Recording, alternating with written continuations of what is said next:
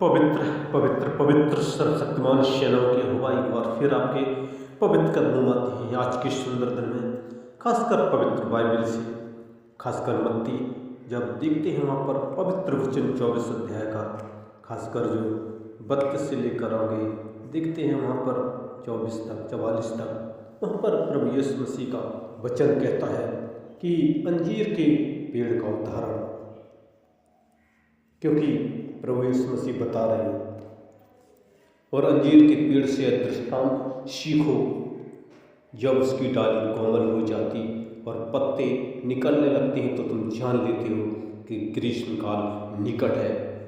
इसी रीत से जब तुम इन सब बातों को देखो तो जान लो कि वह निकट है, वरन द्वार ही पर है। मैं तुमसे सच कहता हूँ, जब तक ये बातें पूरी न हो जाए तब तक इस पीढ़ी का अंत न होगा। कि देखते हैं इस संसार में महासंकट का आरंभ के बारे में बता रहे हैं और अंजीर के पेड़ का दृष्टांत के बारे में बता रहे हैं।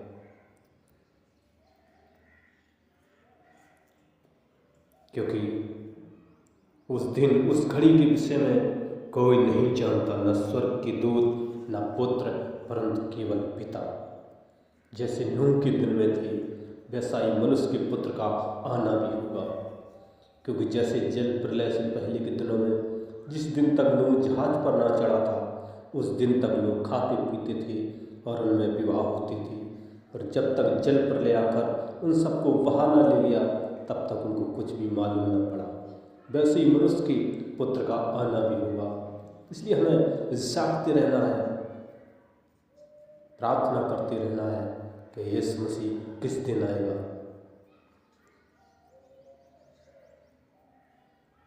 क्योंकि यह जान लो, यदि घर का स्वामी जानता होता कि चोर किस पहर आएगा तो जागता रहता और अपने घर में सैन लगने न देता। इसलिए तुम भी तैयार रहो, क्योंकि जिस घड़ी के विषय में तुम सोचते भी नहीं हो उसी घड़ी मनुष्य का पुत्र आएगा। इसलिए हमें परमेश्वर की महिमा करना है, हमें विश्वास योग्य रहना है। क्योंकि विश्वास योग्य और बुद्धिमान दास कौन है, जिसे स्वामी ने अपने नौकर चाकरों पर सरदार ठहराया, समय पर उन्हें भोजन दे। धन्य वह दास जिसे उसका स्वामी आकर ऐसा ही करते पाए। मैं तुमसे सच कहता हूँ, उसे अपनी संपत्ति सारी संपत्ति पर अधिकारी ठहराएगा। परंतु यदि वह दुष्ट दास सोचने लगे कि मेरे स्वामी के आने में देर है और अपने साथी दासों को पीटने लगे और पियक्कड़ों के साथ खाए पिए, और उस दास का स्वामी ऐसे दिन आएगा जब वह उसकी बाट न जोता हो और ऐसी घड़ी जिसे वह न जानता हो, तब वह भारी ताड़ना देगा और उसका भाग कपटियों के साथ ठहराएगा। वहाँ रोना और दांतों का पीसना होगा। इसलिए हमें प्रभु की महिमा करना है, आराधना करना है, प्रार्थना करना है। जैसे मरकुस 13 अध्याय में भी जब 28 से लेकर और आगे 37 तक देखते हैं, वहाँ पर भी प्रभु यीशु मसीह बता रहे हैं कि जागते रहो, प्रार्थना करते रहो। आत्मा तैयार है लेकिन शरीर निर्बल है।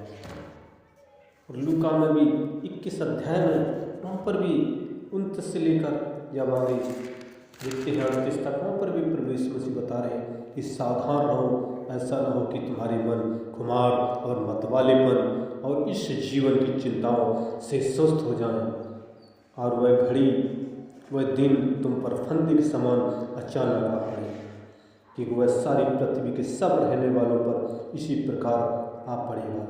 इसलिए जागते रहो, हर समय प्रार्थना करते रहो कि तुम सब आने वाली घटनाओं के बचने और मनुष्य के पुत्र के सामने खड़े होने के योग्य बनो। वह दिन को मंदिर में उपदेश करता था और रात को बाहर जाकर जैतून नामक पहाड़ पर रहा करता था, और भोर को तड़के सब लोग उसके सुनने के लिए मंदिर में उसके पास आया करते थे। क्योंकि यीशु मसीह बता रहे हैं कि हमें सावधान रहना है, हमें जीवन की चिंताओं में सुस्त नहीं होना है, हमें प्रार्थना करते रहना है, उसकी आराधना करते रहना है, उसकी जय जयकार करते रहना है। जैसे पौलुस कहता है कि हमें 12 की आशा में आनंदित रहो, कलेश में स्थिर रहो, प्रार्थना में नित्य लगे रहो। हमें निरंतर प्रार्थना किया करना है, उनकी स्तुति प्रशंसा जय जयकार करना है। जैसे 24 अध्याय खासकर मत्ती में देखते हैं, वहाँ प्रभु यीशु मसीह बता रहे हैं कि यीशु मसीह का आना बहुत ही निकट है। इसलिए हमें सावधान रहना है, गलत चीज़ों से बचना है, अच्छे कार्य करना है, प्रभु की आराधना करना है, प्रार्थना करना है, जय जयकार करना है, क्योंकि वो जय जयकार के योग है। उसने कहा 6 दिन काम करो, एक दिन जो संडे का दिन आराधना का दिन है, स्तुति प्रशंसा का दिन है, उनकी महिमा करते रहना है, उनकी जय जयकार करते रहना है, क्योंकि वो जय जयकार के योग है। क्योंकि जब स्वर्ग में यीशु मसीह जा रहे थे और वो वादा कर गए कि मैं एक दिन आऊँगा इस संसार का न्याय करने के लिए, यीशु मसीह आएंगे और अब की बार वो महाराजा के रूप में आएंगे, क्योंकि वो राजाओं के राजा, वो प्रभुओं के प्रभु, वो आदि अंत अल्फा ओमेगा है, और वो न्याय के सिंहासन पर वही न्याय करेंगे। जो यीशु मसीह का नाम देगा वही उद्धार पाएगा। जिस किसी का नाम जीवन की पुस्तक में लिखा हुआ ना मिला, वो आग की झील में झोंक दिया जाएगा, उस नरक की आग में तड़पेगा, उसकी आत्मा तड़पेगी, और वो अनंत नरक है, वहाँ कोई बचने का चांस नहीं। जब तक पृथ्वी पर है बच सकते हैं, उसकी आराधना कर सकते हैं, उसकी महिमा कर सकते हैं, उसकी प्रशंसा कर सकते हैं। और वो कहता है कि मैं ही मार्ग हूँ, मैं ही सत्य हूँ, मैं ही जीवन हूँ। वही जीवन देने वाले हैं, जिसके पास यीशु मसीह है उसके पास जीवन है, अनंत जीवन है। इसलिए हम चलते हैं, प्रार्थना करते हैं उन भाई बहन बच्चों के लिए, खासकर जो इस संसार में यीशु मसीह आपकी महिमा करते हैं, आपका गुणानुवाद करते हैं। लॉर्ड ऑफ जीसस उनके जीवनों को आपके हाथ में देते हैं। प्यारे खुदावन खुदा, वो लॉर्ड ऑफ जीसस, वो king of the kings, lord of the lords, glory hallelujah.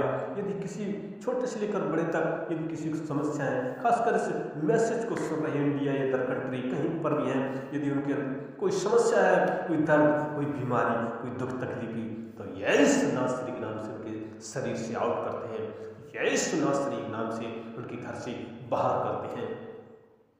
आपका वचन कहता है कि तुम पृथ्वी पर बांधोगे वो स्वर्ग में बंधेगा।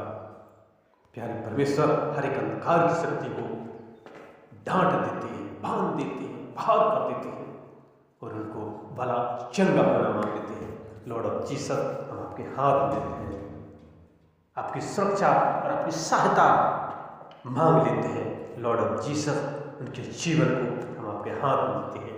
खासकर जो 5 मार्च से उपवास से स्टार्ट है, 40वां, वो परमेश्वर वो भी उपवास में सहभागी हो, क्योंकि आपने कहा है प्रार्थना करते रहो, उपवास करते रहो।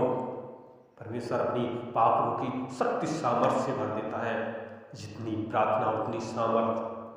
इसलिए हमें ज़्यादा प्रार्थना करना है, उनकी महिमा करना है, आराधना करना है, क्योंकि यीशु मसीह बहुत जल्द आने वाले हैं। वो बादलों के साथ आएंगे, जैसे उन्होंने कहा अंजीर के वृक्ष का जो दृष्टांत बता रहे थे, जैसे यीशु मसीह का आना होगा। देखते हैं इस दुनिया में कितना समस्या, कितना अत्याचार, कितना प्रभु का विरोध। यीशु मसीह जल्द आने वाले हैं, इसलिए उनकी महिमा करते रहना है, जय जयकार करते रहना है, क्योंकि वो जय जयकार के योग है, वो बड़ाई और तारीफ के योग है, कि वो सारी सृष्टि का मालिक है, क्योंकि उसने अपने भक्तों के लिए 2000 साल पहले उस कलवरी क्रूस पर हाथों में कीलें ठोकी गई, बहुत दुख सहा, लेकिन वो तीसरे दिन मृत्यु में से जी उठे थे और 40 दिन संसार में रहकर लोगों को दिखाई देते रहे। ये लोग साथ हजारों भीड़ों के साथ, और वो आकाश में उड़ते हुए चले गए। आज भी उनकी कब्र यरूशलेम में खाली पड़ी है। इस्राएल में सिर्फ दुनिया में एक ही कब्र है, वो प्रभु यीशु मसीह की खाली पड़ी है। जितने दुनिया में आए सब मर मिट गए, लेकिन यीशु मसीह आज भी जीवित है और एक दिन आएगा बादलों के साथ। और कब आए, इसलिए हमें प्रार्थना करते रहना है, उनकी महिमा करते रहना है, आराधना करते रहना है। प्यारे परमेश्वर, इन सब बच्चों पर आशीष करना, छोटे से लेकर बड़े भाई बहन बच्चों सबको संभालना, उनके जीवन को ब्लेस करना, उनके जीवन को आनंददायक बनाना, उनके जीवन में परमेश्वर खुशियाँ भरना, शांति देना, क्योंकि आप शांति के राजकुमार हैं। प्यारे खुदा ये आपकी महिमा करें, आपकी जय जयकार करें। उनके जीवन को आपने ब्लेस किया, उनके शरीर को आपने स्वास्थ्य अच्छा कर दिया, इसके हम आपका धन्यवाद करते हैं, स्तुति प्रशंसा जय जयकार करते हैं और मुझ दीनदास की प्रार्थना सुनी धन्यवाद करते हैं।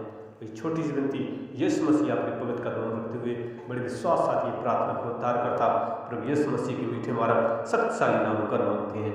आमीन आमीन आमीन। और हमारा अगला वीडियो देखने के लिए हमारे इस नए चैनल को आप लाइक और सब्सक्राइब जरूर करें। धन्यवाद धन्यवाद।